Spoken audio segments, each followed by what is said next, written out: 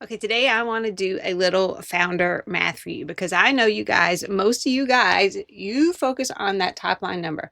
I have $100,000 business. Let's go ahead and say you do have $100,000 business. So you're doing 100,000 in revenue. Cost of goods, cost of sales, the thing that goes here, that is any direct cost associated with the production of the actual revenue. Now, again, I know most of you guys, you are not including your founder pay in this number. If you're paying yourself at all, if you're paying yourself $3, $5, $10,000 a month, which would be hard to do at $100,000 in revenue, you're not including it in this number. But I want you, say 60% of your time is going into the production of this $100,000. That should actually go in here so that you can determine what your actual gross margins on your business are. Somebody the other day actually asked me, what's the most important number in my business? And I told them your margins. The reason that your margins are so important is you can measure it by product, you can measure it by client segment, you can measure it by team member as you grow, and it is going to give you a wealth of information about how efficient your business actually is and where you might need to focus your time on increasing those efficiencies so that you can actually keep more cash in your business to either afford the operations or afford expansion or even afford to pay yourself. For now, we're going to go back to this number. Your gross margin goes here after you take out the direct costs associated with the production of your business. Now, if we're going to add in your costs, say you're paying yourself $5,000 a month, and then maybe you've got $5,000 in software fees that are associated with the actual cost of doing business. So that means it costs you with your pay to produce that $100,000 in revenue. That leaves you $35,000 for additional costs. So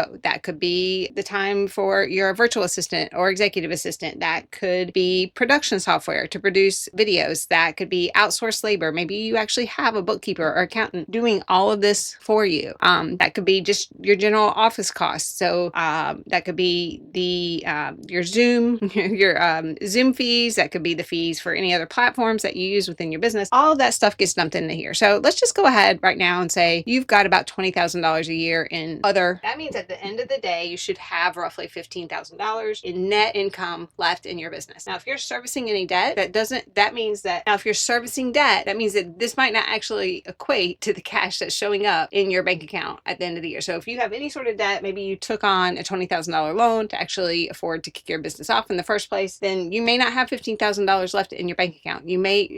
Those numbers are not included on your actual P&L. Now, what I want to show you here is right now, all $60,000 of your income is going because you are the primary service provider. Your virtual assistant, your executive assistant, you don't have a CSM. Nobody else is helping you actually afford to produce the outputs, the deliverables for any of your clients. Say we actually change that. And now we're only using, say, 50% of your time. And we're using let's go with 20 hours a week of a VA's time to actually produce the outputs for your business. So 50% of your time, we're just going to round that down to $30,000 for ease, just to be easy. And say you're paying your VA $15 an hour. Well, we want to go ahead here and say, she's working 20 hours a week. There's 52 weeks in a year. So that's $15,600. So we've reduced your time to $30,000. And now your VA's time, that's $45,600. I'm going to do a little math. I am using a calculator because I can't do all this math in my head, by the way. So now we're talking about your gross margins just increased to $54,000. So remember, we went earlier, this was 65, this was 35. We've now increased your gross margins here by $19,000. That's a measure of efficiency. You've gained an extra $19,000 here. You've reduced your costs here that it would actually take you to produce that $100,000 in revenue by $19,000. Now, yes, some of your costs down here might increase just a little bit, but because of these efficiencies that you've gained in your business and your free time, you can either now go out and find new leads,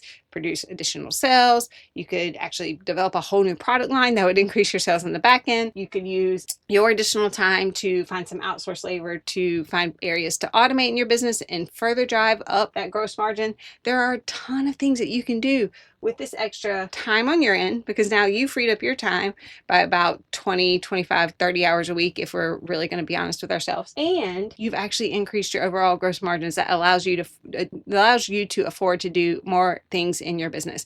So what I run into with most of my clients is they say, I can't afford X, Y, and Z. I just don't have the cash. I have to be able to afford my life on my own. I get that, but a small amount of discomfort in your cash flow could produce outsized results like this that could help you genuinely grow your business and get you out of the weeds. The more times you do this and do it on repeat, the more you end up with additional cash in your bank account that can actually help you scale and grow to a place where you're not the bottleneck anymore. So this is just what I wanted to highlight for you. It's a little founder math. I will be doing more videos just like this so you can see more founder math at work.